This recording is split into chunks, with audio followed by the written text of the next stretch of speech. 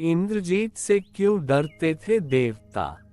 लंका के राजकुमार मेघनाद, जिससे बाद में इंद्रजीत कहा गया, रावण और मंदोदरी का सबसे बड़ा पुत्र था।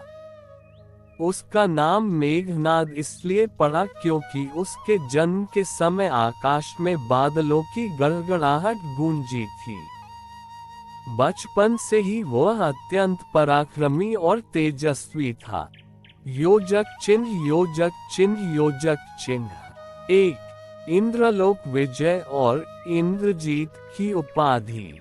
जब मेघनाद युवा हुआ तो उसने तपस्या कर शिवजी से असीम वरदान पाए। वह इतना बलवान हो गया कि देवताओं के राजा इंद्र को भी युद्ध में पराजित कर दिया। इंद्र को परास्त करने के कारण उससे इंद्रजीत की उपाधि मिली, अर्थात इंद्र को जीतने वाला। ये नाम ही देवताओं के हृदय में भय उत्पन्न करने के लिए पर्याप्त था। योजक चिन्ह योजक चिन्ह योजक चिन्ह। 2. अद्वितीय युद्धकला और मायावी शक्ति। इंद्रजीत केवल बलशाली ही नहीं बल्कि अद्वितीय मायावी शक्ति का धनी था। वह युद्ध के बीच अदृश्य हो सकता था। उसके बाणों से अग्नि, नाग और वज्र जैसी शक्तियां निकलती थीं। वह एक साथ अनेक रूपों में प्रकट होकर शत्रु को भ्रमित कर सकता था। देवताओं को भय था कि यदि ऐसा योद्धा निरंतर सक्रिय रहा तो वह अमरत्व तक प्राप्त कर लेगा और देवताओं का साम्राज्य डगमगा जाएगा। योजक चिन्ह योजक चिन्ह योजक चिन्ह। 3. देवास्त्रों का स्वामी। ब्रह्मा, विष्णु और महेश तक की कृपा से इंद्रजीत को अनेक दिव्यास्त्र प्राप्त हुए थे।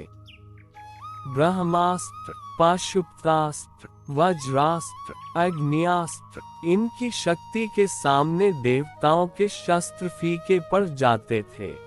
इसलिए देवताओं को डर था कि कहीं वह स्वर्ग पर अधिकार न जमा ले। योजक चिन्ह योजक चिन्ह योजक चिन्ह। 4. यज्ञ से अजेय होना। इंद्रजीत ने ये भी वरदान पाया था कि यदि वह युद्ध से पहले विशेष यज्ञ पूर्ण कर ले तो उसे कोई भी देवता, दानव या मनुष्य पराजित नहीं कर सकता। इस रहस्य को जानकर देवता और भी भयभीत रहते थे, क्योंकि यज्ञ सफल होते ही उसका बल कई गुना बढ़ जाता था। 5. देवताओं का आत्मविश्वास डगमगाना। देवताओं को ये समझ आ गया था कि रावण के बाद लंका का सबसे बड़ा सहारा इंद्रजीत ही है। यदि इंद्रजीत जीवित रहा तो देवताओं के लिए मनुष्य और ऋषियों की रक्षा करना असंभव होगा। उसकी वीरता और रणनीति के सामने देवताओं की अपनी सेनाएं भी हार मान लेती थीं।